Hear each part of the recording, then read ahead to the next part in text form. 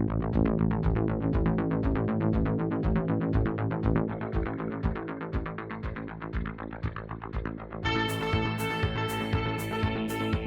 to the Golf Spotlight. I'm Ralph Irvin here in our golf shop studio, and today we are talking about the latest metal woods from Cobra. But before we do that, I ask that you please click on that subscribe button down below, that one right there. Turn on your notifications as well, because I never want you to miss an episode of the Golf Spotlight. Now, Cobra has introduced their new RADSPEED clubs, and of course that means fairway metals and hybrids. And here to tell us all about them is Tom Olszewski, Cobra's Vice President of Research and Development. Tom, it's great to see you once again. Good to chat with you, Ralph. Always fun talking golf clubs. If our viewers have not tuned into our talks on the RADSPEED driver, they definitely should, as we have discussed the impact and benefits of radial weighting. You can do that right up there. That continues on as we make our way into the fairway metals and hybrids, doesn't it? Yeah, the whole goal of performance, particularly on fairways and hybrids, is how do you launch the ball? How do you maximize the speed? And how do you maximize the distance, performance, and forgiveness as well? So when you think about the concept, as we talked about with the drivers, if we can increase that radius of gyration, save weight from other places on the head, and move that weight further apart, we're going to get more performance. And I think one of the key things that we've seen over the last couple of years is more and more fitters or more and more golfers are getting fit. And more of the fitters are understanding that, the way people use a 3-wood, unless you're a really good player, the way you use a 3-wood is usually it's the longest club you can hit off the ground. So when you think about that, one of the things that we know provides more performance is if you can keep that weight low and forward on a 3-wood, you can get a higher launch, less spin, more distance. So people are kind of morphing their 3-wood away from a club you're trying to carry and hold a green with per se to a club that just goes as far as possible. So I think that's the trend we've seen recently, and that's what's incorporated into the new RADSPEED product. And again, it's really by using some weight pieces to move them further apart and kind of increase the radius of gyration. So that radius of gyration is not only helping weight much more forward, but also keeping some weight in the back. It's really a balancing goal. If you can balance the weight forward and back, you're going to have that maximum speed performance for distance, and you're going to also have that measure of forgiveness that golfers want as well. When you move that weight as far apart as you do, it also emphasizes the spring-like effect that's coming off that CNC milled infinity face, doesn't it? Exactly. And the whole goal here is, again, the golf ball doesn't know what's going to hit it. It's just sitting there waiting to be hit, and it wants something that comes in and it reacts to that. So we have to design the club to do that work, to do that performance job. And baffler technology is great for those shots hit off the turf. And a lot of people have said over the years, well, the bafflers are great for out of the rough and out of the sand and all that kind of stuff. And said, honestly, from a technical standpoint, they're actually the best off the ground as opposed to the rough. It's an intimidating shot for a lot of golfers to hit because either they're going to try and lift the ball or do some other things like that. When you put rails into the design, you can actually give that golfer a little bit more confidence to have a little bit more aggressive swing into the shot. And this was something that Butch Harmon talked with Rick Fowler a long time ago. Like, Rick, you're not aggressive enough on these shots. And Rick was like, well, I'm worried about catching the ground. I'm worried about, some other things. He says, let's put some rails on those clubs. And right away, we saw 2 to 3 miles an hour more speed because your rail basically is the only thing touching the ground versus before you had the whole front of the club head touching the ground. So you get more speed. It's especially beneficial if you have a tendency to hit those fairway woods and hybrids fat. Because that's where you're dealing with maybe a poor swing thought or lack of confidence or a poor shot capability.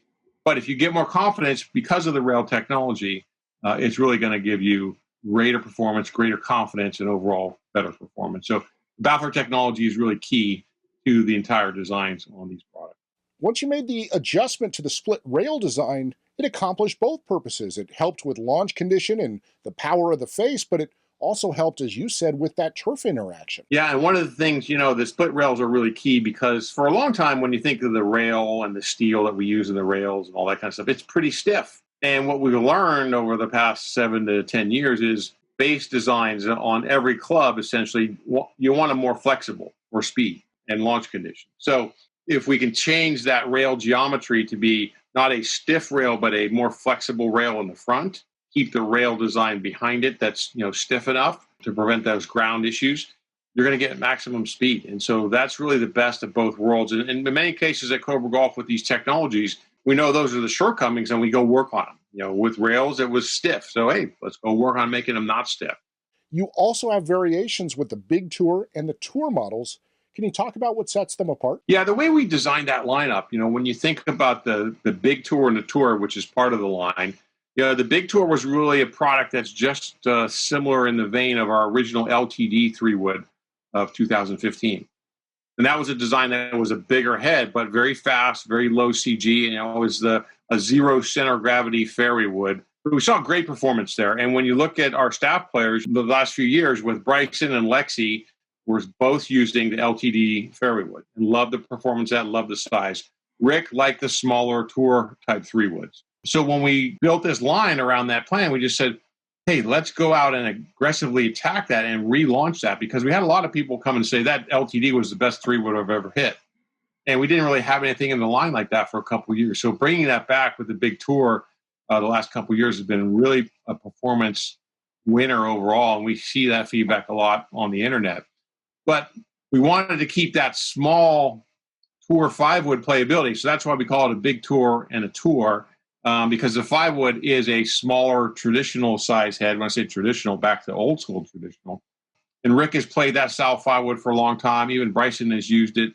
You know, that's a club that gives you all that playability of that small head with the rail performance that those players want. Now, when they look at 3-wood on tour versus 5-wood, typically their 3-wood is their backup driver. You know, it's not used very often, if ever, off the ground. But a 5-wood, and particularly when you talk to Bryson and Rick, and you know, they use those clubs because a 5-wood gives them more trajectory options than either a hybrid or a long iron. And typically, you know, you see with Bryson, he's able to hit it over all kinds of obstacles. You know, so that's where the 5-wood has really been key. And I would say in the last 5 to 7 years on tour, when you look at the top tour players, most of them are carrying 2 fairway woods, a 3-wood that's a backup driver, and a 4-wood 5-wood that's a very playable club when they need to be aggressive with a very long shot. You know, that's really the bag makeup of the top players lately. So that's the combination in the what we call the tour subfamily. There's a Big Tour 3-wood and a standard tour 5-wood. On the flip side, you also offer a model with a draw bias. Yeah, and that was the one thing we saw too. Same thing from the fitters is when they're fitting a golfer into a draw bias driver, well, they have the same swing problem with their fairway wood. So a draw bias fairway wood lineup is really helpful to those golfers too. So that's why, you know, it's really a full offering here in 3 types of drivers, 3 types of fairway woods to go out there with RadSpeed. And of course, all this technology continues into your hybrids. Exactly. You know, the RadSpeed performance is really going to provide those benefits in fairways and hybrids. Remember, typically in fairways and hybrids, you have a bigger head, you know, especially front to back. So you have more flexibility in moving that weight front and back. And what we keep finding, you know, in many cases, when you put the weight too far back, you actually can decrease a lot of performance for golfers, especially that speed performance. And I think you'll see a noticeable performance benefit because we've increased that radius of gyration. We've got great launch angle, faster speeds, and great performance in the RadSpeed hybrid. Tom, if people want more information on everything RadSpeed or anything from Cobra in general, where should they go? Yeah, go to CobraGolf.com. We think it's the best website for golf clubs on the internet. That's quite the endorsement, Tom. Thanks for joining us once again. Anytime, Ralph. We want to thank Tom Olszewski for joining us here on the Golf Spotlight. If you haven't yet, go check out our look at the RadSpeed drivers and the irons for that matter. And once again, we ask you to click on that subscribe button and turn on your notifications so you never miss one of our exclusive features. Follow us on Twitter at Golf Spotlight. On Instagram, you can find us at The Golf Spotlight and listen to the Range podcast where we go deep into the portfolios of great creators like Tom Olszewski and learn the stories behind some of your favorite golf club designs. In fact, we spoke with Tom a few months ago, and it really is worth a listen. Finally, we want to thank you for joining us here on the Golf Spotlight as we continue to give you the information that you need for your next golf purchase.